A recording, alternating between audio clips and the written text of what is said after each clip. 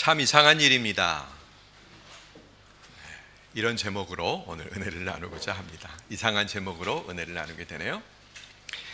민주주의가 재확립되기 지난 시절 우리 한국에서는 텔레비전이나 라디오를 켜면 꼭 한 편씩 정치 드라마가 방영되곤 했습니다. 그런 정치 드라마에서 거의 빠지지 아니하고 등장하는 그런 장면이 있는데, 그건 뭐냐면 안기부나 이런 정보부 이런 형사들이 정치범을 앞에다가 이렇게 지하실 같은데 불 하나 켜진 책상 하나 있는 그곳에 데려다 놓고 그를 각양의 방법대로 취조하고 고문하는 그런 장면입니다. 영화를 봐도 그런 장면들이 많이 나오지요. 이 사람들이 여러 가지 방법대로 취조를 하고 막 위협도 하고 윽박지르기도 하다가 결국은 나중에 그 사람에게 너무나 지쳐가지고 힘들어하는 그 사람에게 슬며시 종이 한 장을 탁 내밉니다. 그리고 간단해 도장만 찍어 이겁니다. 그리고 인주를 딱 갖다 놓고 그의 지장을 찍으라고 하는 거죠. 네, 그렇게 끝납니다. 슬프지만 그렇게 끝나는 경우가 굉장히 많이 있습니다. 뭐죠? 결국은 그들이 원하는 답을 다 써놓고 다 마련해 놓고 여러 가지 방법대로 그거에 대해서 거부하지 못하도록 윽박지르고 위협하고 힘들게 만들어서 결국은 강제로 거짓이지만 사실이 아니지만 그걸 인정하도록 만든다라는 것입니다. 여러분, 이런 시대가 옛날 고리짝 얘기 같지만 그렇지 않고요. 불과 얼마 전까지 펼쳐지던 우리의 현실이고, 여기 저를 비롯해서 많은 분들이 그런 젊은 날을, 피 끓는 젊은 날을 그렇게 사셨을 것입니다. 그런 세월을 살았다는 그런 울분, 힘든 것들이 마음에 있고, 어떻게 보면 우리는 다른 세대에 비해서 너무 억울해라고 하는 마음을 갖고도 있는데, 근데 또 하나의 주어진 아픔은 바로 그런 걸로 인해서 그런 영향이 아직도 남아서 어느 쪽은 좌파요, 어느 쪽은 우파요 라는 그런 슬픈 유산까지 떠안고 살아가고 있는 것입니다. 참 슬픈 역사죠. 왜 우리는 그렇게 갈등하고 반목하고 서로를 원수 취급하고 고통을 줘야만 버틸 수 있는 그런 세상에 우리가 살고 있는가? 그리고 아직도 그런 슬픈 유산이 해결되지 못하고 이렇게 좋은 세상이 됐는데도 불구하고 왜 우리는 그런 해묵은 갈등을 계속하고 있는가? 이런 의문이 들어요. 근데 여러분, 이 의문은 성경을 보면 너무나 쉽게 풀립니다. 우리 사회가 특별해서, 우리 한국 사회가 특별하고 한국 사람들이 특별해서 그런 게 아니라 이런 일들은 인간이 살아가는 역사 가운데서 이미 비일비재했고요. 그 다음에 예수님 시대에도 그 일은 비일비재하고 있고요. 오늘 우리가 바라본 이 스토리 이야기 가운데서도 그와 비슷한 장면이 연출되고 있습니다. 인간이 살아가는 세계가 다 그냥 그렇고 그런 거예요. 어디 한번 보겠습니다. 정말로 그런지. 먼저 바리새파 사람들이 눈뜬 사람에게 물어보는 장면이 나옵니다. 자, 어떤 장면이죠? 실로암으로 보냄을 받았던 그 사람이 멀쩡하게 눈을 떴어요. 그 사람이냐 아니냐라는 논쟁이 일어났습니다. 그래서 유대 사람들은 그 눈뜬 사람을 데리고 누구에게 갔어요? 제사장에게 간 게 아니라 그걸 판결해 줄 바리새인들한테 갔다라는 얘기죠. 네, 그게 판결이 왜 필요한지 모르겠지만 좌우지간 그걸 판결해 달라고 바리새인 앞으로 그 사람을 데리고 갔어요. 그리고 나서 빚어지는 일이 오늘 일입니다. 15절 말씀 다 같이 읽도록 하겠습니다. 시작. 그래서 바리새파 사람들도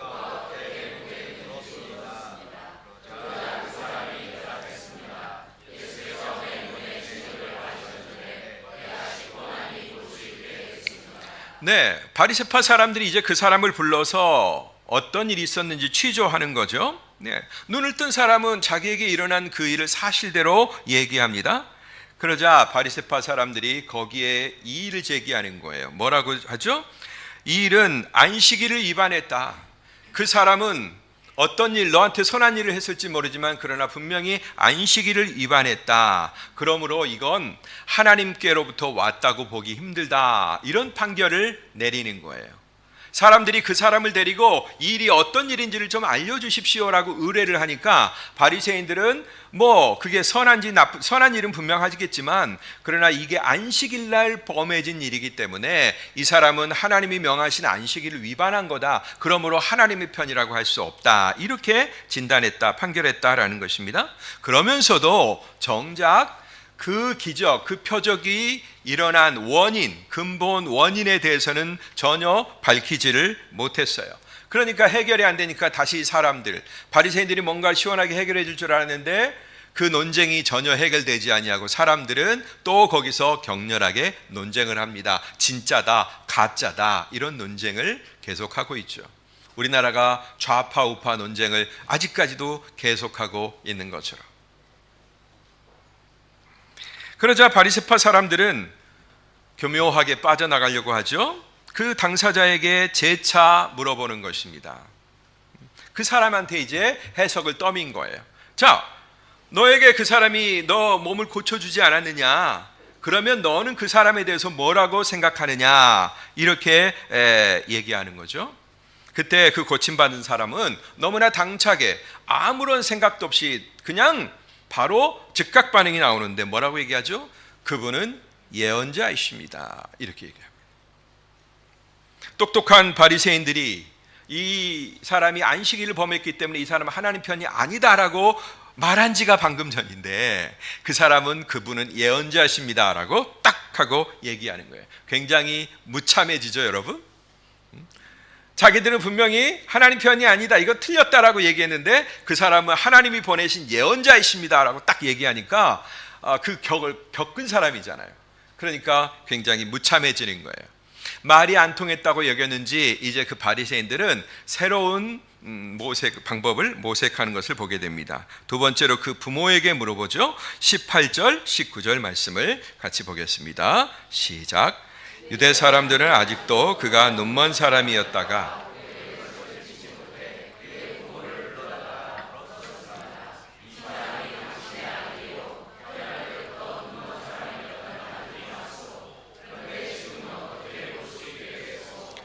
바리새인들과 유대인들은 자기들이 원하는 답이 시원스럽게 나오질 않자 이번에는 그 부모를 부릅니다. 경위와 역사를 알고 있는, 지난 시절을 알고 있는 그 부모를 불러요. 그리고 세 가지 질문을 던져 봅니다. 이 세 가지 질문 가운데 마지막 질문에 우리는 알아채지 못하지만 무서운 독이 묻어 있다라는 것을 우리는 알게 됩니다. 세 번째 질문이 뭐냐면요, 어떻게 볼 수 있게 됐소? 이 질문입니다. 언뜻 표면만 보면 이건 그냥 알고자 하는 거예요. 어떻게 보게 된 거요? 라고 하지만 그 어떻게 라는 말을 설명할 때 필연적으로 할 수밖에 없는 그런 말들이 있습니다. 이 자기 아들처럼, 고침받은 아들처럼 그 부모도 자기 아들을 고쳐주신 예수를 인정할 수밖에 없는 그런 말이 있는 거죠. 굉장히 겉으로는 알고 싶은 것처럼 하지만 그 안에는 다분히 위협이 들어 있는 것입니다. 자, 뉘앙스를 보세요. 우리 말에 항상 뉘앙스가 있잖아요. 그죠? 제가 이렇게 물어봐요. 어떻게 볼 수 있게 됐어요? 이렇게 물어보는 거하고 어떻게 볼 수 있게 됐어? 이렇게 보는 거하고 여러분 뭔가 다르죠? 자, 이 사람들은 지금 뭔가 판결을 하려고 하는 입장이란 말이에요. 그 압박을 받고 있어요. 그리고 이미 그거에 대해서 판결을 내렸어요. 그리고 자기들은 틀릴 수가 없습니다. 왜? 율법에 기초하고 있기 때문에. 어떻게 볼 수 있게 됐어요? 이렇게 물을 때 바른 답 안 하면, 우리가 원하는 답을 안 하면 재미없어? 라는 그런 의미가 내포되어 있다라는 것입니다. 그런데 그 부모는 다행히 그 세 번째 질문에 묻어있는 독이 무서운 독이라는 것을 알게 되었습니다.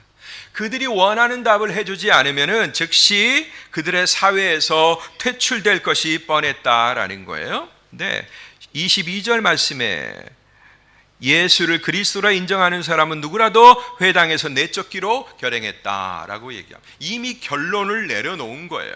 그러니까 예수를 인정할 수밖에 없는 환경 가운데 넣어놓고 예수를 부인하도록 만든 거죠. 반대로 얘기해도 똑같겠죠. 예수를 부인할 수밖에 없는 환경 가운데 집어넣어놓고 지금 예수를 시인할 수밖에 없는 그 사람한테 부인하라고 하는 것입니다. 굉장히 무서운 독이에요. 그래서 그 부모들은 굉장히 지혜롭게 대답합니다. 우리는 정확하게 모르오. 그 아이도 이제 성인이 됐으니까 직접 말할 수 있으니까 직접 물어보시오. 이렇게 대답하며 피해갑니다. 여러분, 마치 뭐하고 똑같아요? 우리가 살았던 서슬퍼런 그런 공안 정국을 보는 것 같은 그런 생각이 들어요. 옛날에는 우리가 그런 답을 하지 않으면 뭐 다 소용이 없었죠. 다 끌려가고, 용산 어디로 끌려가고, 뭐 남산 어디로 끌려가고, 그런 얘기들이 많이 있었잖아요. 공안 정국 같아요, 유대 사회가.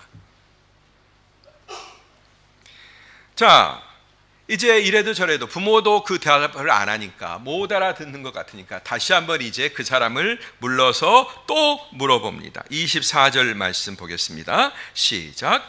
그들이 전에 눈 멀었던 그 사람을 두 번째로 불러서 말했습니다. 하나님께 영광을 돌려라. 우리가 알기로 그 사람은 죄인이다. 네. 자기들의 의도대로 되지 않자 당황했던 이 바리새인들은 또다시 그 당사자를 불러서 이번에는 질문하는 게 아니라 다그친다 그러죠. 압박을 주는 것입니다. 뭐라고요? 하나님께 영광을 돌려라 라고 얘기합니다. 이 얘기는 뭐예요? 형사가 너 사실대로 얘기해, 이런 말이죠. 안 하면 너 보장 못해, 뭐 이런 위협이 들어있는 그런 말이다라는 거예요. 우리가 판단하기로 그 사람은 죄인이다, 이미 답까지 정해놨다라는 거예요. 그러니까 너도 그 사람을 인정하려고 하지 말고 그 사람이 죄인이라는 사실, 안식일을 범한 죄인이라는 사실을 네 입술로 지금 얘기해라 라고 지금 강요하고 있다라는 것입니다. 아예 대놓고 자기들이 바라는 답을 강요하는 거죠. 이런 무서운 협박이 어디 있습니까? 근데 그럼에도 불구하고 이 사람은 자기에게 일어난 일을 그냥 확증할 뿐이었어요. 나는 그 사람이 죄인인지 아닌지는 모르겠어. 뭔가 분위기를 느꼈던 모양이죠. 그러나 내가 아는 게 딱 한 가지 있는데, 내가 옛날에는 눈을 뜨지 못했다가 지금은 본다는 사실 이거요. 나는 그건 알고 있어 라고 얘기합니다. 객관적인 사실이죠. 그럼 마치 순진한 어린아이처럼 이 노숙한 이런 바리새인들의 음흉한 정치적인 협박을 알아채지 못했습니다. 그냥 알아서 대답하면 좋은데 이 사람이 너무 순진한 거예요. 그도 그러겠죠, 여러분? 시각장애인이 된 채 아마 차단되었던 관계들이 많을 겁니다. 그죠? 부모가 그냥 오냐 그러니까 잘 키우고 보호했을 거예요. 그런 속에서 어떤 세상의 그런 저 굴곡진 세계 가운데 있는 그런 얘기들을 잘 알아들을 수 없었다라는 거 우리가 상상할 수 있겠죠? 네. 도리어 왜 자꾸 똑같은 말을 들으려고 합니까? 라면서 그 사람들을 나무래요. 지금 자기 앞에 있는 사람들이 어떤 사람인지를 전혀 모르는 거죠. 그 사회를 쥐락펴락할 수 있는 그런 권세가 있는 사람들이라는 걸 지금 이 순진한 사람은 모르는 거예요. 그리고 너무나 순진하게 자꾸 물어보는 거 보니까 당신들도 나처럼 그분의 제자가 되려고 하고 있어. 나는 지금 그분을 찾아다니고 있는데 당신도 나처럼 그 제자가 되려고 하고 있어. 이런 뚱딴지 같은 말을 한다는 거죠. 굉장히 흥미롭죠, 여러분? 이게 바로 여러분 주님을 순수하게 만난 사람의 순수한 반응인 거예요. 주님을 제대로 만난 사람은 이렇게 반응하는 거예요. 앞뒤 계산할 게 없어요. 혹 옛날에는 앞뒤 계산을 많이 하고 이러쿵 저러쿵 내가 이렇게 얘기하면 이런 상황이 올 거야, 이런 계산을 했다 하더라도 주님을 제대로 만나면 이제 굉장히 심플해지고 단순해진다라는 것입니다. 이 사람이 보이는 모습이 바로 그 모습이에요. 그러자 이때로부터 비로소 바리새인들의 그 속마음이 그대로 노출됩니다. 이제 그 사람한테 막 욕을 해요. 욕이라는 게 뭐 소새끼 무슨 새끼 뭐 이런 욕이 아니라 어떤 욕이냐면 바로 저주하는 욕이에요. 그 사람을 완전히 너 저주받은 자다 이렇게 하면서 욕하는 것입니다. 마구 욕을 하면서 자기들은 너는 그 사람의 제자일지 모르지만 우리는 모세의 제자다. 우리는 오로지 모세만을 신봉한다. 우리는 예수를 도무지 인정할 수 없다. 이렇게 그들의 그 혐오의 감정들, 그런 것들을 있는 그대로 무분별하게 이제 막 풀려버려가지고 노발대발하면서 그렇게 터뜨리고 있는 모습을 보게 됩니다. 그리고 마지막으로는 어떻게 끝나죠? 네가 감히 우리를 가르치려고 하느냐라는 그런 꾸중으로 끝나는 것을 보게 됩니다. 30절 말씀 볼까요? 30절 시작. 그가 대답했습니다.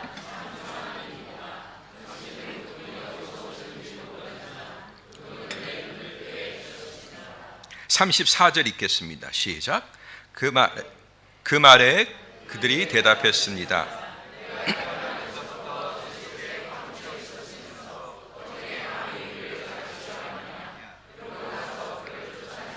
예, 엉뚱하게 너무나 확연한 사실 앞에서 막 화를 내고 있는 그 바리새인들의 모습을 보면서 이 순진한 소경이었던 사람 너무나 의아해합니다.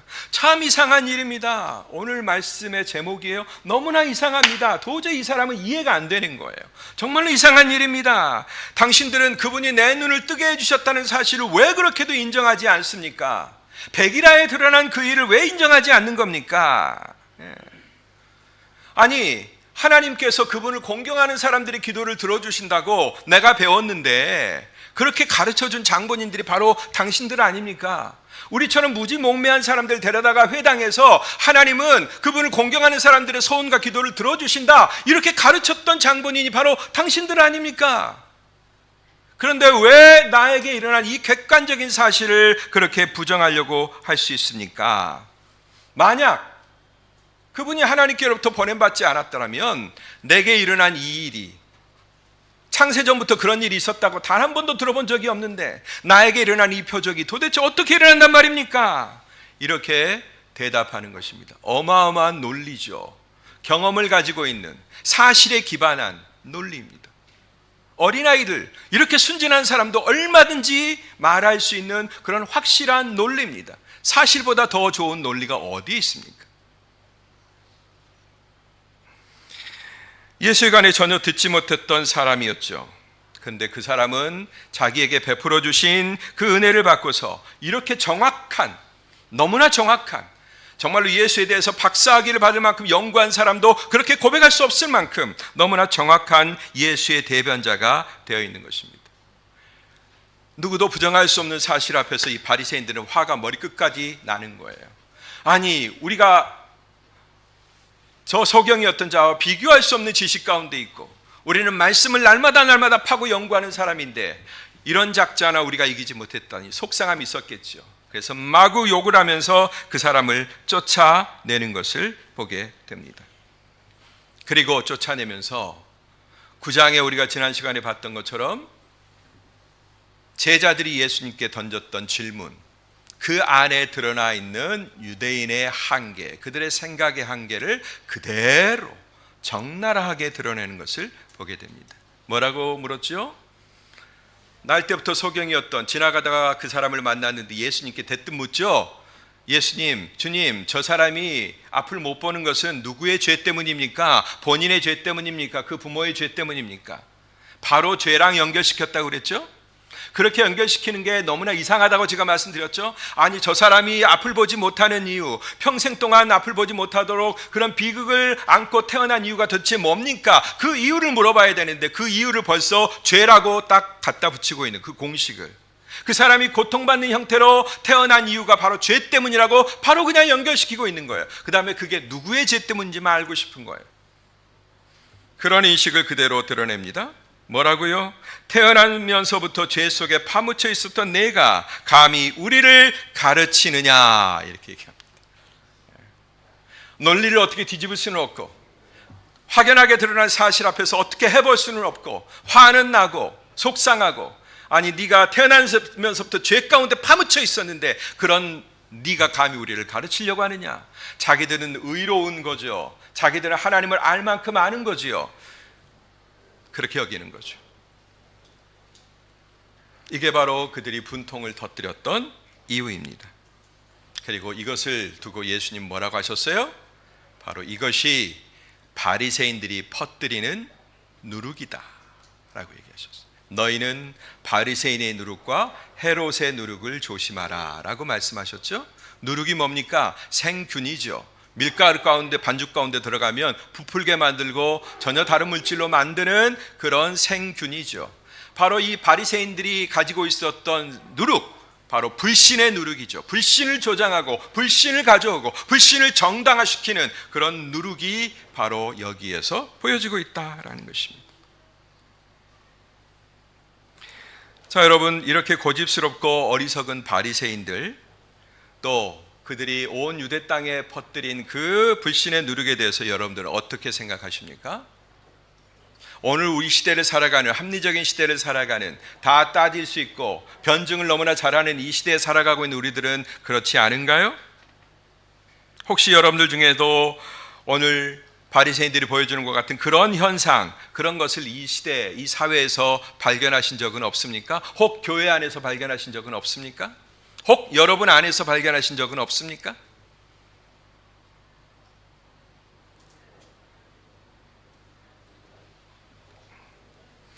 너무나 많이 있습니다. 우리가 생각하는 합리적인 믿음,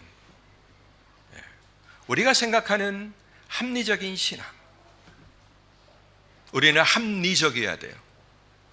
안식일을 허무시는 예수님의 기적도 합리적으로 받아들여져야 믿는 우리들이다라는 것입니다. 여러분, 그러나 기억해야 돼요. 이 합리적인 것과 믿음은 반대 자리에 있다라는 것. 어떻게 합리성을 가지고 믿음을 설명합니까? 그리고 어떻게 믿음을 가지고 합리성을 설명합니까? 전혀 다른 세계에 있는 거거든요. 근데 우리는 그 두 세계 안에서 합의점을 발견하려고 한단 말이죠.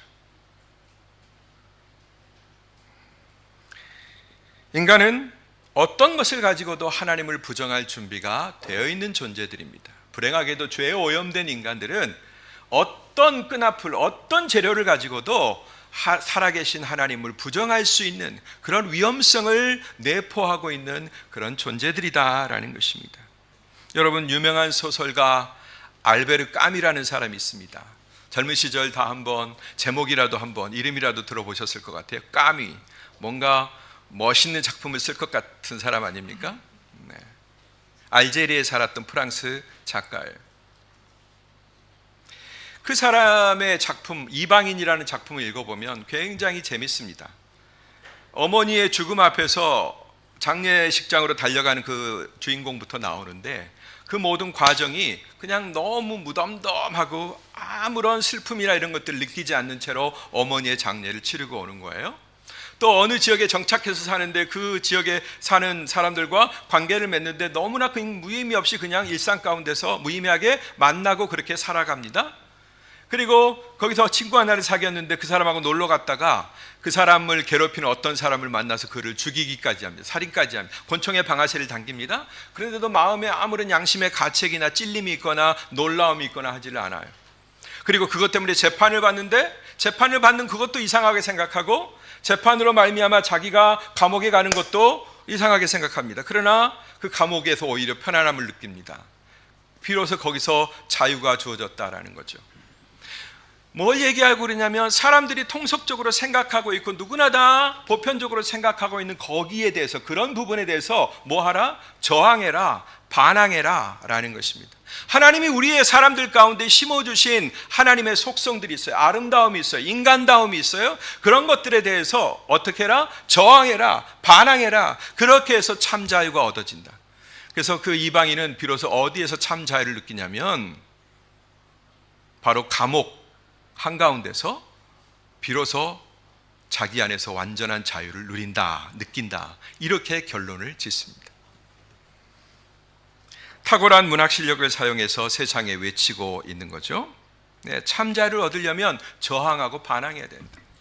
여러분들, 근데 그가 말한 자유가 어떤 자유일까요? 어떤 자유일까요? 바로 이런 겁니다. 아무리 하나님일지라도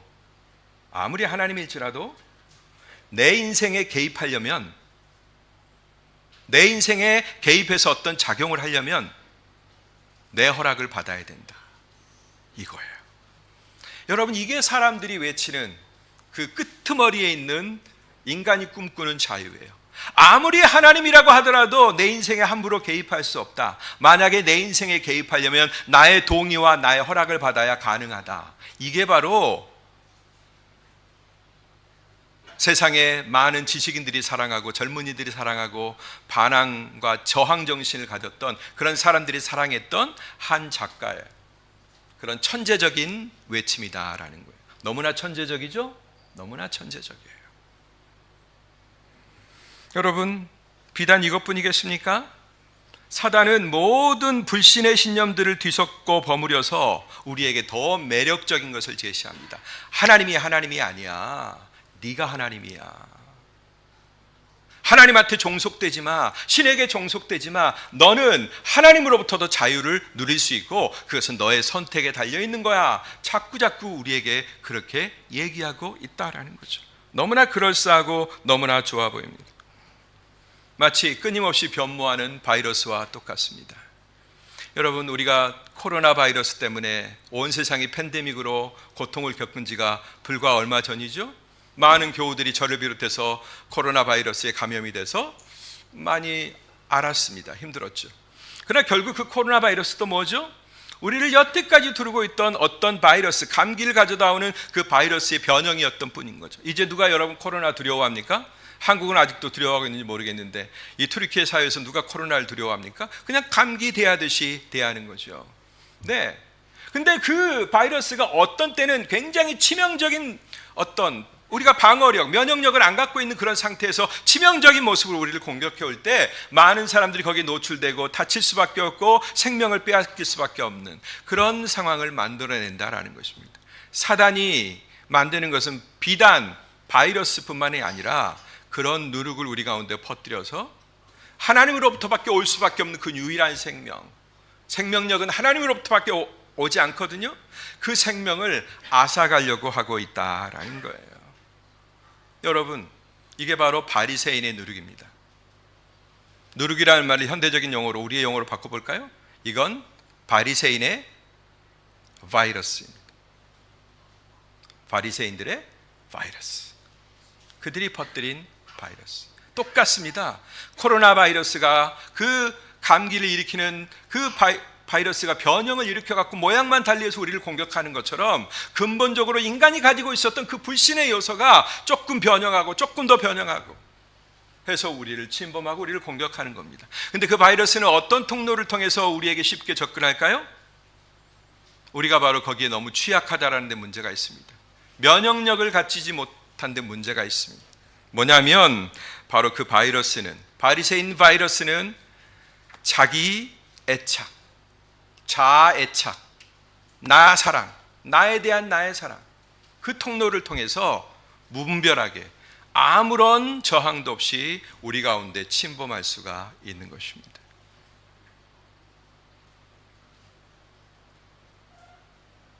정말이죠, 여러분. 불신의 세계는 끝도 절도 없습니다. 끝도 절도 없어요. 바이러스가 변형하는 게 끝도 절도 없고 계속해서 새로운 바이러스로 변형하는 것처럼 하늘에서 내리는 눈송이를 돋보기나 현미경으로 보면 육각형을 갖고 있죠. 그러나 다 모양은 다르죠. 그 섬세한 모양, 눈송이 하나하나 모양이 다 다릅니다. 마치 그런 종류처럼 원리는 하나이지만 모양은 여러 가지로 우리에게 침범해 온다라는 것입니다. 현대에도 과거에도 포스트 모던 시대에도 아니면 선사 시대에도 모두가 다 그런 모양, 그런 원리를 가지고 우리에게 침범해 오고 있다라는 것입니다. 여러분, 불신하고자 결심하면, 그렇게 작정하면 오늘 보았던 바리새인처럼 그 누구도 다룰 수 없는 그런 괴물이 되어버립니다. 여러분, 누가 그 괴물을, 바이러스를 제대로 다루고 통제할 수 있을까요? 파이자가 그렇게 할 수 있을까요? 우리나라 무슨 그런 생명공학을 하는 어떤 학자가 그걸 다룰 수 있을까요? 아무도 다룰 수 없는 괴물이 되어버리는 것입니다. 뭘 봐도 도무지 믿음이 생기지 않는 그런 돌부처가 되어버려요. 찔러도 피 한 방울 나오지 않는 그런 돌부처가 되어버리는 것입니다. 그러나 여러분, 하나님을 경험한 사람은 완전히 달라진다라는 거예요. 하나님을 제대로 경험한 사람은 너무나 순수하고 명백해지고 단순해진다라는 것입니다. 뭐라고요? 그의 고백은 너무나 명료해요. 예수가 나를 고쳤어. 뭐가 필요하죠, 더 이상?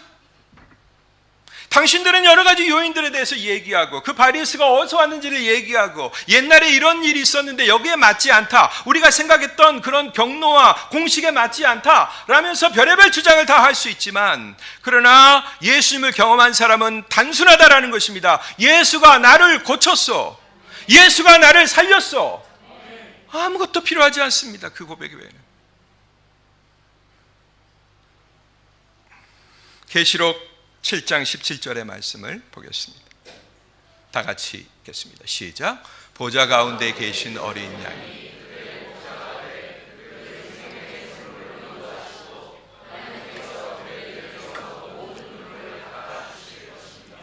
여러분 이 메시지가 얼마나 중요한지 성경에서 여러 번 반복되고 있어요.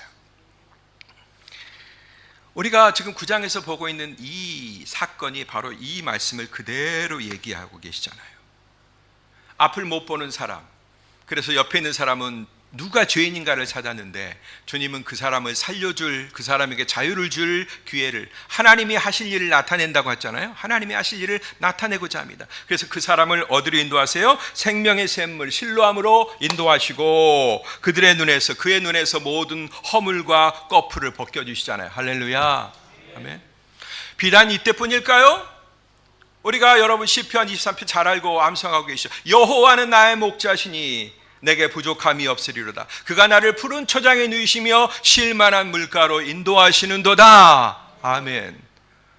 예수님보다 1000년 전에 있었던 다윗을 통해서 이 생명수로 인도하시는, 푸른 초장으로 쉴만한 물가로 인도하시는 예수 그리스도를 계시하고 있는 거예요.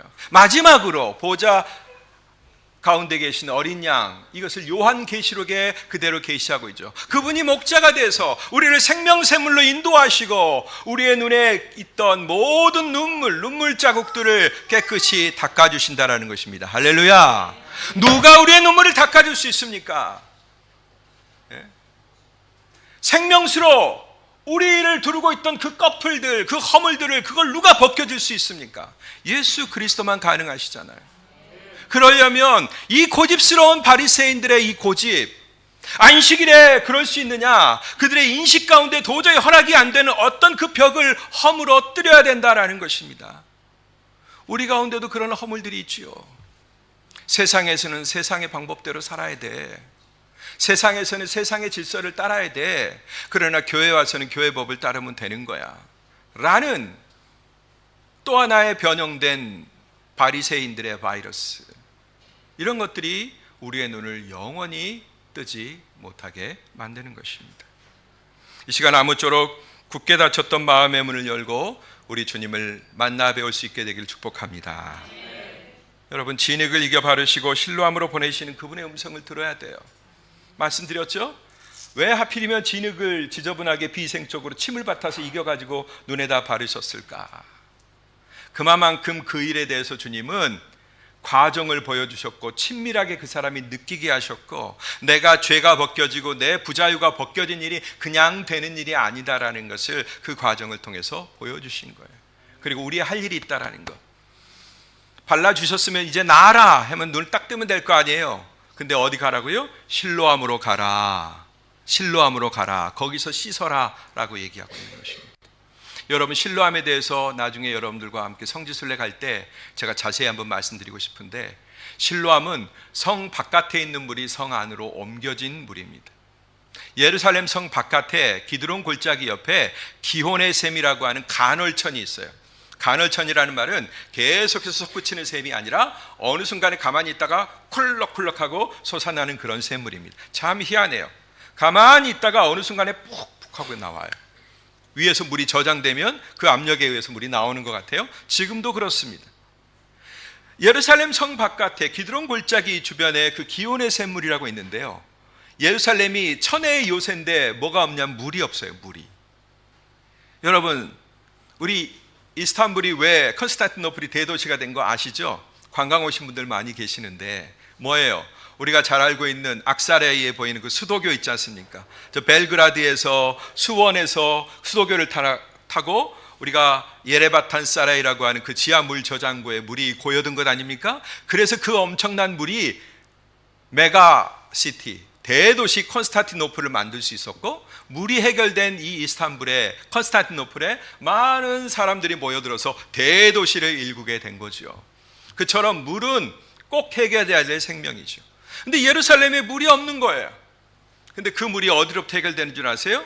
기온의 샘물에서 콜록콜록 솟아 나오는 그 물이 이제 안으로 옮겨져야 되잖아요. 성 안으로.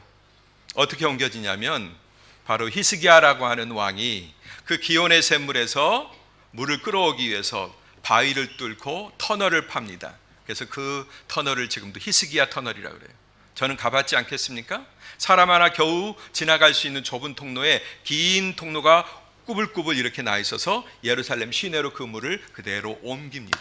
기온의 샘물에서 터져 나온 그 샘물이 그냥 낭비되거나 퍼져버리지 않고 그 물을 그대로 히스기야 터널을 통해서 어디로 옮겨요? 예루살렘 시내 안으로, 성 안으로 옮기는 거예요. 그리고 그 물이 닿는 곳이 바로 실로암입니다. 할렐루야. 하나님의 은혜가 있는 거예요. 유대 세계 가운데서 없는 그 생명의 물, 율법의 범주 가운데서는 도저히 맛볼 수 없는 그 생명의 물이 저 성 바깥에서 기온의 샘물에서 히스기야 터널을 통해서 공급되었던 것입니다. 그곳에 가서 눈을 씻어라. 여러분, 이 생명의 복음으로 우리의 모든 보이지 않았던 것, 우리를 가렸던 모든 부자유의 꺼풀들이 벗겨지게 되기를 축복합니다. 그걸 맛보셔야 되는 거예요. 그래서 온전한 영적 시야를 확보하고 실로암으로 내려가셔서 여러분의 눈을 씻을 뿐만 아니라 여러분에게 일어난 일에 대해서 궁금증을 가진 많은 사람들에게 내가 바로 그 사람이요, 그리고 그분이 바로 나를 고쳤어, 이 단순한 고백으로 우리 주 예수 그리스도의 역사를 말할 수 있는 여러분 되길 축복합니다. 보세요, 예수님의 직접적인 말씀도 유대인들이 안 듣잖아요. 예수님 직접 말씀하고 내가 생명의 빵이야, 너, 내가 생명의 빛이야, 너, 내가 뭐 생명 다 얘기해줘도 내가 생명의 물이야 라고 해도 너라고 얘기하잖아요. 그러니까 이번에 누굴 통해서 보여주시는 거예요? 이 실로암으로 보냄받은 사람들 통해서 보여주시는 거예요. 네, 세상은 계속 너, 우리는 믿을 수 없어, 우리는 안 믿을 거야, 그런 게 어딨어 라고 다 얘기할 겁니다. 이 바리새인의 누룩에 오염된 사람들처럼. 그래도 우리는 어떻게 해야 돼요? 예수님이 이 땅에 보내심을 받은 것처럼, 예수님이 실로암으로 오셨던 것처럼, 그리고 우리도 내가 아버지께서 나를 보낸 것 같이 내가 너희를 보낸다 라고 한 것처럼, 아무리 불신의 소리들이 많이 떠들어대고 막 주도적인 목소리가 된다 할지라도, 그리고 그들에게 엄청난 위력이 있고 우리를 묶을 수 있고 우리에게 고난을 줄 수 있는 그런 힘이 있다고 하더라도 우리는 그분이 바로 하셨다, 내가 바로 그 사람이야 외칠 수 있는 실로암으로 가야 한다라는 것입니다. 이 놀라운 축복이 오늘 예배 가운데 있는 모든 분들에게 임하기를 주의 이름으로 축복합니다. 기도하겠습니다.